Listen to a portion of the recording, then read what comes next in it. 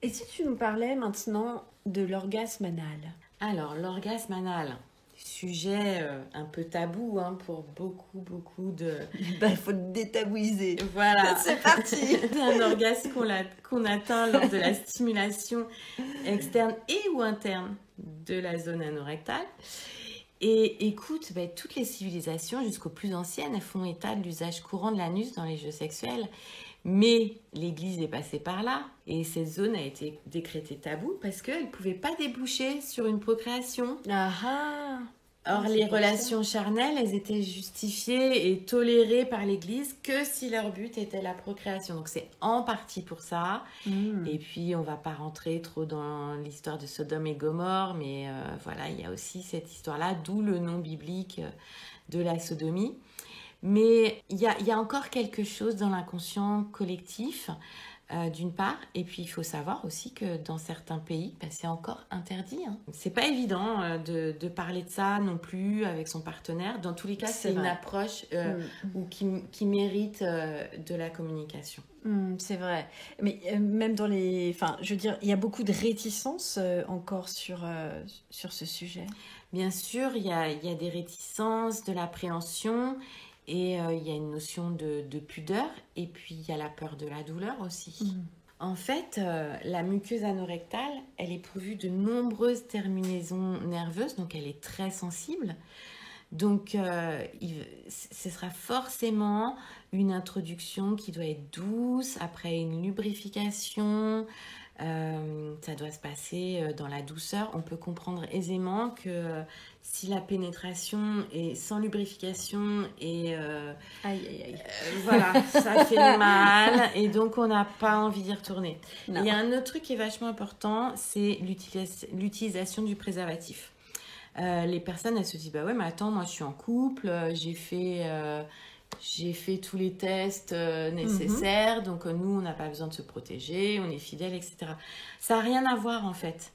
L'utilisation du préservatif, elle est importante pour ne pas transmettre les germes de la zone anorectale au pénis ou du pénis vers la zone anorectale parce que c'est plein de petits vaisseaux, cette surface de cette muqueuse. Donc, c'est vraiment recommandé d'utiliser un préservatif quand on pratique le sexe anal.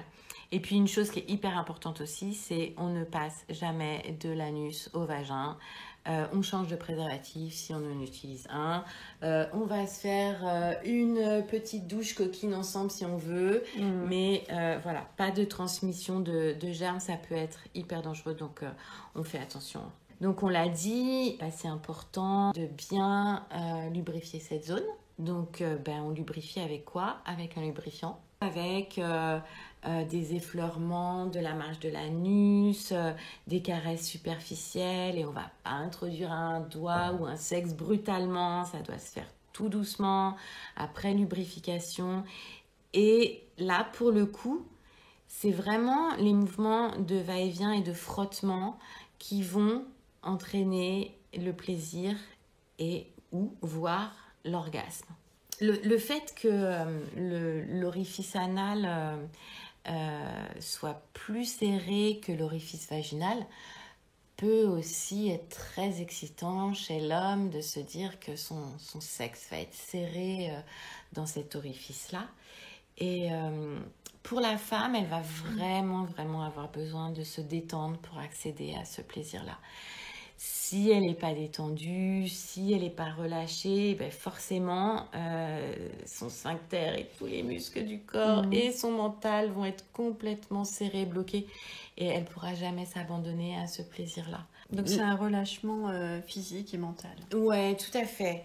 Et vraiment avec beaucoup de tendresse et une approche toute douce. Enfin, en tout cas, c'est mon point de vue.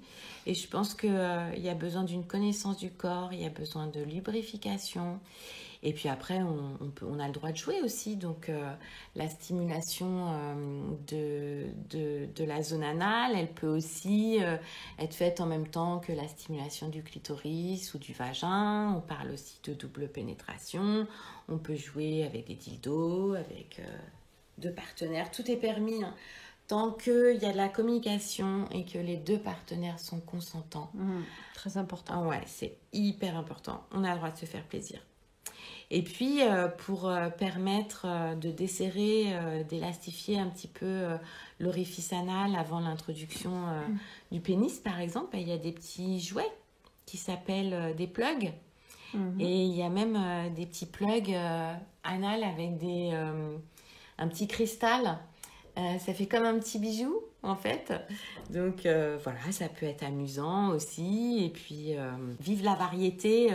Il y a quand même des précautions à prendre quand Ouais, on alors, pratique. en cas de fissure anale, de crise d'hémorroïde, il faudra plutôt éviter quand même, hein. J'imagine. Voilà, on va consulter un peu son médecin si on a des problèmes de ce côté-là. Faut pas faire tout et n'importe quoi.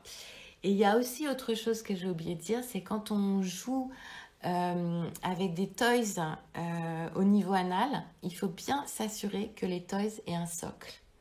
Ah oui. Un socle ou une base, voilà. Parce que l'anus, il est fait pour aspirer tout ce qui rentre. D'où les cas dont on entend parler aux urgences. Jouer avec un toys qui n'a pas de socle ou de base dans l'anus, c'est dangereux, donc on fait attention.